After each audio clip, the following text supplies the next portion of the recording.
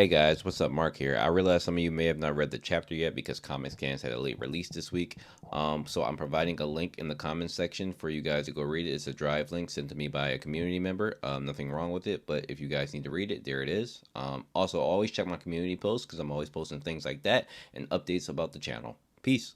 Bruh, there's no way that all this Kirin drama is for daddy issues. Let's review. So the chapter starts where we left off with Kirin and Lobadon having a conversation, with Kirin saying, you don't have the right to ask me anything because you're the one who took off, with Lobadon countering that you're the one who asked me to go off and do my own thing so that you could become second in command and watch over our family head. But Kirin says, you know what, you don't even understand, you're just an outsider. We'll talk a little bit about that later, but Lobadon didn't like that, and so they get to scrapping. And while we're doing that, we transition over to Purpur. She gets a message that Lobadon has arrived and she already know it's time to skedaddle. And then we transition over to another beauty, my baby Tiara, who one taps Kirin's officer. So we don't know if this guy was an actual branch head, but as we know, Kirin's officers are mostly advanced ranker level. So Tiara, with no effort, one taps this man. How dare I doubt my baby last week? L mark in the comments. And so we flash back over to Lobadon and Kirin, with Kirin basically getting punched through stuff. Lobadon is truly a monster. However, Kirin did block mostly everything and didn't take much damage, which leads us into saying Kirin calls Lobadon a beast, does not think he deserves Elbaba, which is Lobadon's tree monster. So apparently this tree monster has the ability to control all plants. What an ability that is. But Kirin finally discloses that the branch heads are currently under attack by bidau forces, in which we flash over to see how that's been going. And apparently Lobo P is putting up a really good fight, which I am impressed. And Proust even says that there are branch heads, so they're not going down lightly. But Proust says that they're getting ready for a wide teleportation, meaning they're taking all the ships in the area. bidau in this teleportation shit is crazy, man. So Lobadon, upset about this, tries to confront Kirin about it, but Kirin basically tells him that, bro, you wasn't around, so I'm not trying to hear that. Stating that you took information from a random source that you believe that you can trust, who told you that you could find a book on a family head that would stop the war.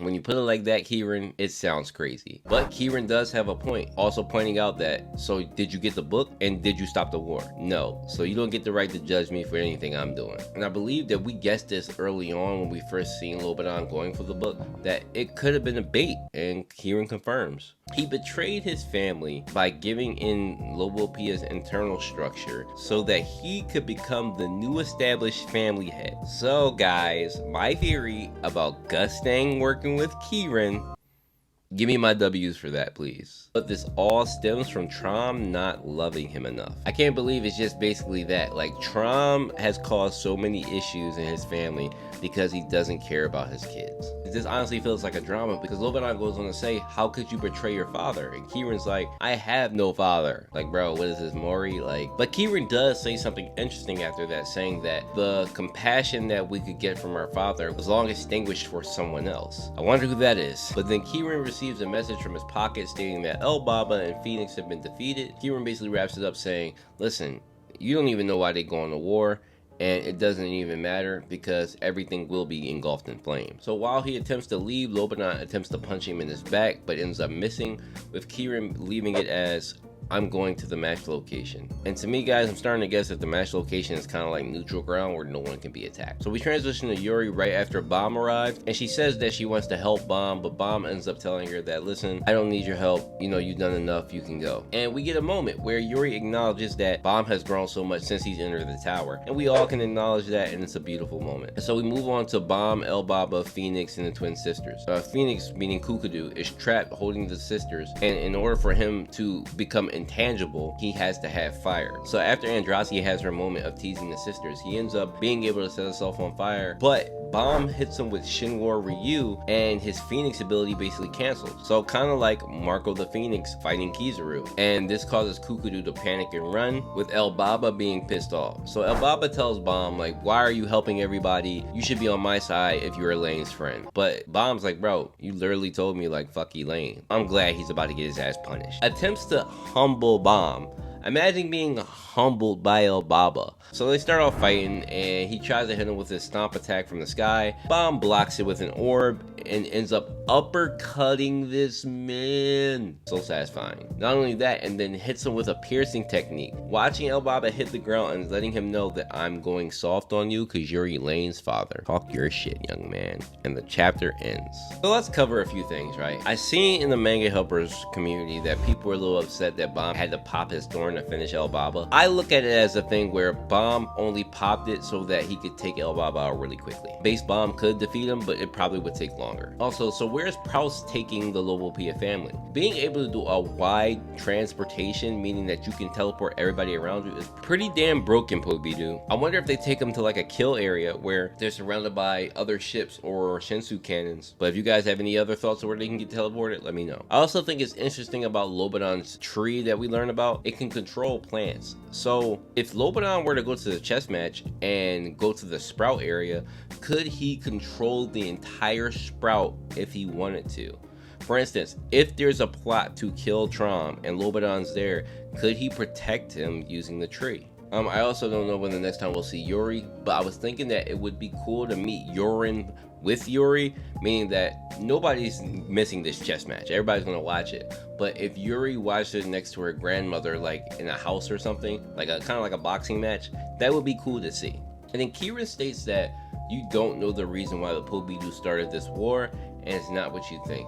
I don't know how to take that statement, guys, but from what we know, it's only because Gustang has stolen the bracelet and can or will kill other family heads. And so now Kirin and Lobadon, and we have a lot to cover with these guys. So starting from the top, I'd like to congratulate you guys on a fantastic guess on saying that Kirin wanted to become a family head. I did not actually think that was plausible, especially given that he's Tower born, but you guys were correct. I would like to congratulate myself on believing that Gustang and Kirin were directly working with each other. And for Kirin to know things that he shouldn't know, like with the location of the station and everything else, it's only because he's working with Pobidu and Gustang.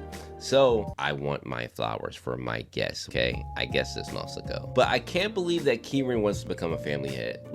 And I'm thinking maybe him trying to capture Baam is a whole different thing, because Tiara should be aware of Kirin's movements in terms of working with the family. However, maybe Kirin was trying to capture Baam to make him a part of his family. Obviously, Baam wouldn't comply, and I don't know how Kirin would do that, like brainwash him or something.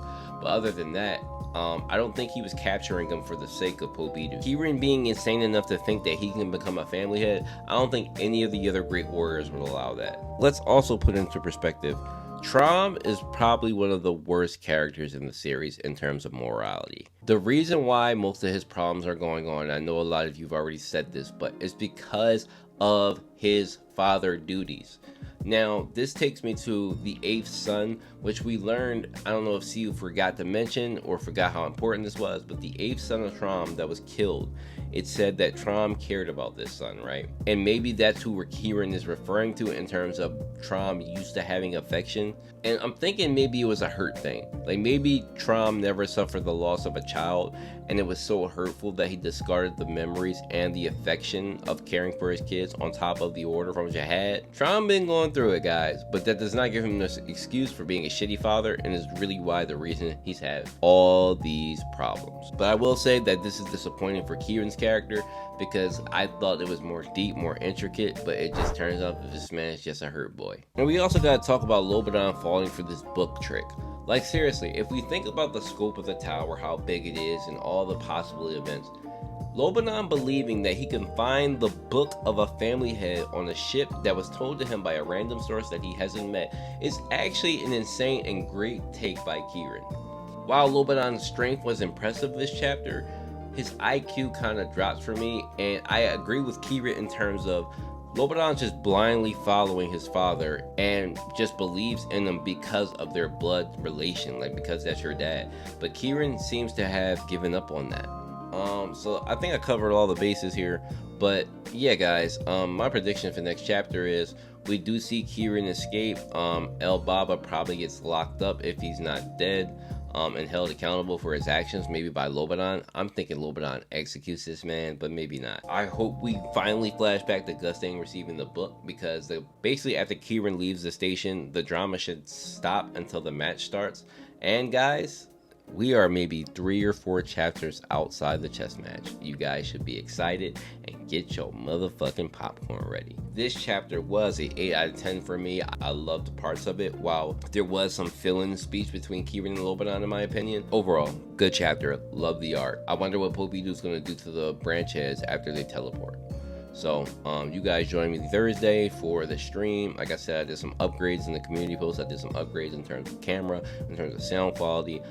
Things are going to be much better. So the stream this Thursday at 1 o'clock is going to be lit. Make sure you guys come through, and cheers to a good week.